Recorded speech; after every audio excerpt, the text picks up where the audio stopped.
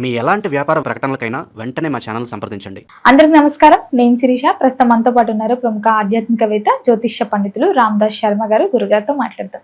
నమస్కారం గురుగారు. నమస్కారం అమ్మా. గురుగారు, ఈ మే మాసంలో విశేషంగా మిథున రాశి వారికి ఎలా ఉండబోతుందంటారు? ఎలాంటి జాగ్రత్తలు తీసుకొస్తే ఈ మాసం కలిసి వస్తుందంటారు? ముఖ్యంగా చూసుకుంటే గ్రహ గోచరం ఎలా ఉంటుందంటారు ఈ మాసంలో వీరికి? ఇప్పుడు మిథున రాశి అమ్మా, మిథున రాశి ఓవరాల్గా జాతక రాశి పరిశీలన చేసేట్లయితే రాశిలో బృహస్పతి ఉన్నాడు, గురువు ఉన్నాడు.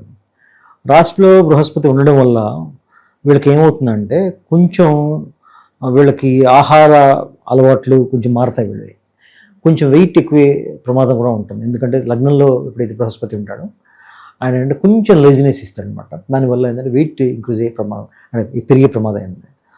తర్వాత ఏంటంటే ఇంకొక ముఖ్యమైనది ఏంటంటే ఇప్పుడు వీళ్ళు తీసుకోవాల్సిన 9వ స్థానంలో రాహు ఉన్నాడు రాశి నుంచి. అంటే ఇప్పుడు ఏమవుతుంది, వీళ్ళకి తండ్రి గారి స్థానంలో ఎవరైతే ఉన్నారో ఆయన ఆరోగ్యం నుంచి కొంచెం చూసుకోవాలి. తర్వాత వీళ్ళకి తీరని కోరికలు కొన్ని ఉంటాయి, దానికోసం దైవ ప్రార్థన చేస్తూ ఉంటారు. అవి తీరలేదని దైవాన్ని నిందిస్తూ కూడా ఉంటారు వాళ్ళు. ఎందుకంటే రాహు ప్రభావం అది. రాహు ఎప్పుడైతే 9వ స్థానంలో ఉంటాడో అన్కన్వెన్షనల్ థింకింగ్ ఉంటుంది వాళ్ళకి.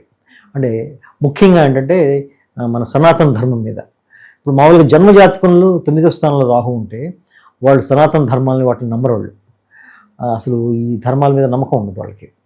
వాళ్ళ ఉద్దేశం ఏంటంటే వాళ్ళు పూర్తిగా విరుద్ధంగా ఉంటుంది. ఇప్పుడు రాశి నుంచి 9లో ఉన్నా కూడా ఆ శాఖలు ఉంటాయి కొంచెం. ఇప్పుడు ఏంటంటే మన బృహస్పతి దృష్టి ఉంది కాబట్టి రాహు మీద కొంతవరకు కంట్రోల్ అవుతుంది. పూర్తిగా ఉంటుందని చెప్పలేం, కానీ అయితే కొంచెం అది కూడా ఉంటుంది. తర్వాత ఈ ఏప్రిల్ టు మే మాసం మధ్యలో చూస్తే సూర్యుడు ఏకాదశ స్థానంలో ఉన్నాడు వీళ్ళకి. సూర్యుడు ఎప్పుడైతే ఏకాదశ స్థానంలో ఉన్నాడో సూర్యుడు 3వ రాశికి అధిపతి అయినా. అంటే వీళ్ళ కమ్యూనికేషన్ బాగుంటుంది, వీళ్ళు చెప్పేది పూర్తిగా ఎదురు వాళ్ళకి అర్థమవుతుంది. తర్వాత ఏంటంటే వీళ్ళ మైండ్ సెట్ కూడా బాగా మంచి స్ట్రాంగ్గా ఉంటుంది. అయితే ఇక్కడ తెలుసుకోవాల్సిన విషయం ఏంటంటే తృతీయ స్థానాధిపతి సూర్యుడు స్ట్రాంగ్గా ఉన్నప్పటికి కూడా 3వ స్థానంలో కేతు ఉన్నాడు మళ్ళీ. అంటే వీళ్ళ మైండ్ సెట్ ఏంటంటే కన్ఫ్యూజన్తో కూడిన వీరత్వం ఉంటుంది వీళ్ళకి. అంటే నేను బ్రహ్మాండంగా చేస్తాను, ఇది చేస్తాను ముందుకు వెళ్తారు. 50%, 60% అవగానే మళ్ళీ వెనక్కి వస్తారు అన్నమాట. భయపడి కాదు, అది చేయడం వేస్ట్ అనిపిస్తుంది వీళ్ళకి అట్లా అనమాట. ఎందుకంటే అది కేతు వల్ల వస్తుంది అది. సో దాన్ని అధిగమించవచ్చామంటే అధిగమించవచ్చు. అయితే జూన్ తర్వాత గురువు ప్లేస్ మారినప్పుడు అప్పుడు ఇది చాలా వరకు కంట్రోల్ అవుతుంది. సో ఓవరాల్గా చూస్తే ఏప్రిల్ టు మే నెల మిథున రాశి వాళ్ళకి బాగానే ఉందని చెప్పాలి. నేనైతే ఒక 70 నుంచి 80 మార్కులు దాకా ఇస్తాను. అందుకే మరి విద్యార్థులకు ఎలా ఉంటుందంటారు ఈ మాసంలో?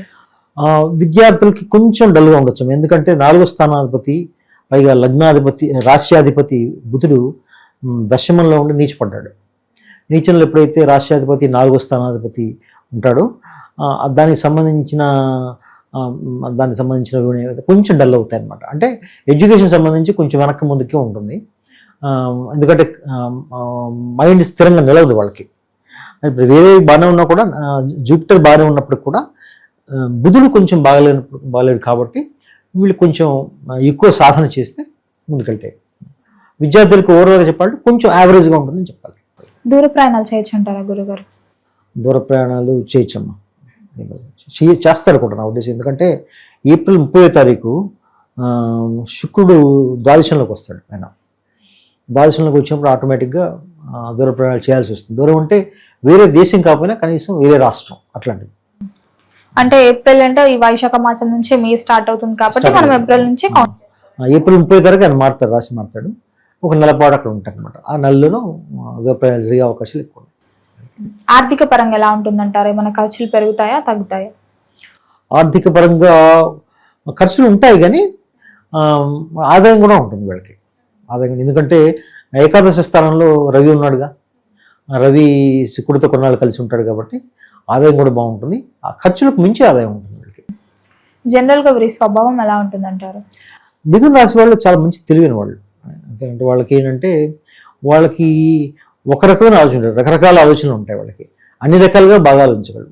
షార్ప్ మైండ్ ఉంటుంది వాళ్ళకి, మంచి ఇంటెలిజెన్స్ ఉంటుంది, మంచి కలుపుగోలు వ్యక్తులు వీళ్ళు. అంటే వీళ్ళ కమ్యూనికేషన్ స్టైల్ కానీ థింకింగ్ కానీ చాలా షార్ప్గా ఉంటుంది. మంచి సోషల్గా ఉంటారు వీళ్ళు. వీళ్ళ స్వభావాన్ని అంత ఈజీగా ఎస్టిమేట్ చేయలేము మనం.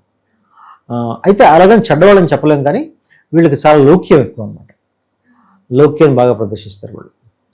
ఉద్యోగ వ్యవస్థలో ఉన్న వారికి ఎలా ఉంటుందంటారు? ఉద్యోగం మారాలి అనే ఆలోచన ఉన్న వాళ్ళు మారొచ్చు అంటారు ఈ మాసంలో? మారే పరిస్థితులు కూడా కొంతమందికి వస్తాయి. ఎందుకంటే మన దశమ స్థానంలో చాలా గ్రహాలు ఉన్నాయి ఇప్పుడు. శని భగవానుడు ఉన్నాడు, తర్వాత బుధుడు ఉన్నాడు, బుధుడు నీచపడి ఉన్నాడు, అలాగే కుజుడు ఉన్నాడు. ఈ మూడిటి వల్ల ఏమవుతుందంటే వీళ్ళు పనిచేసే ప్లేస్లో కొంచెం వీళ్ళ వెనక కాన్స్పిరసీ చేసేవాళ్ళు వీళ్ళంతా చాలా ఎక్కువ మంది ఉంటారు. దానివల్ల మారాలని అనుకుంటుంది, కానీ ఇప్పుడు మారే సమయం కాదు వాళ్ళకి. వాళ్ళు జూన్ దాకా వెయిట్ చేస్తే బెటర్. ఎందుకంటే జూన్లో అప్పుడు గురువు మారుతాడు, మారినప్పుడు వీళ్ళు పట్టిందలా బంగారం అవుతుంది. జూన్ తర్వాత బాగుంటుంది ఇంకా వాళ్ళకి. అయితే ఈలోపు మారే పరిస్థితులు కూడా వస్తాయి. ఎందుకంటే కొంచెం ఇబ్బంది పడతారు వాళ్ళు వర్క్ ప్లేస్లో ఉన్న పాలిటిక్స్ వల్ల, తర్వాత వీళ్ళు వాళ్ళ ఎమోషన్స్ కంట్రోల్ చేసుకోలేకపోవడం వల్ల, ఎందుకంటే బుధుడి వల్ల. రాష్ట్రాధిపతి బుధుడు 10లో ఉండి దశమంలో నీచిపడ్డాడు కదా, దాని తాలూకు ప్రభావం ఉంటుంది వీళ్ళ మీద. అయితే అది చెప్పుకోదగినంత స్ట్రాంగ్గా ఉండేది, ఎందుకంటే గురువు బృహస్పతి రాశిలోనే ఉన్నాడు కాబట్టి చాలా వరకు అది కంట్రోల్ అవుతాయి, వీళ్ళు అర్థం చేసుకోగలుగుతారు. ఓవరాల్గా బాగానే ఉంటుంది. ఇప్పుడు మే కంటే జూన్ ఇంకా బాగుంటుంది వీళ్ళకి.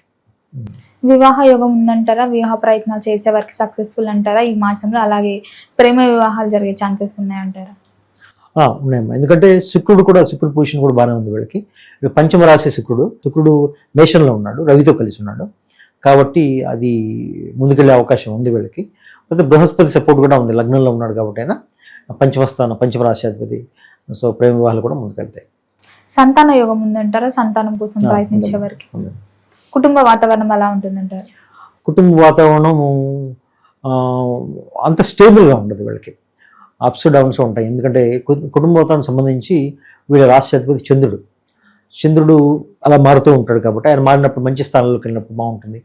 కొంచెం యావరేజ్గా తీసుకుంటే మిగతా గ్రహాలు బాగానే ఉన్నాయి కాబట్టి అబే యావరేజ్ అని చెప్పొచ్చు మనకి, అంటే ఓవరాల్గా బాగానే ఉంటుంది.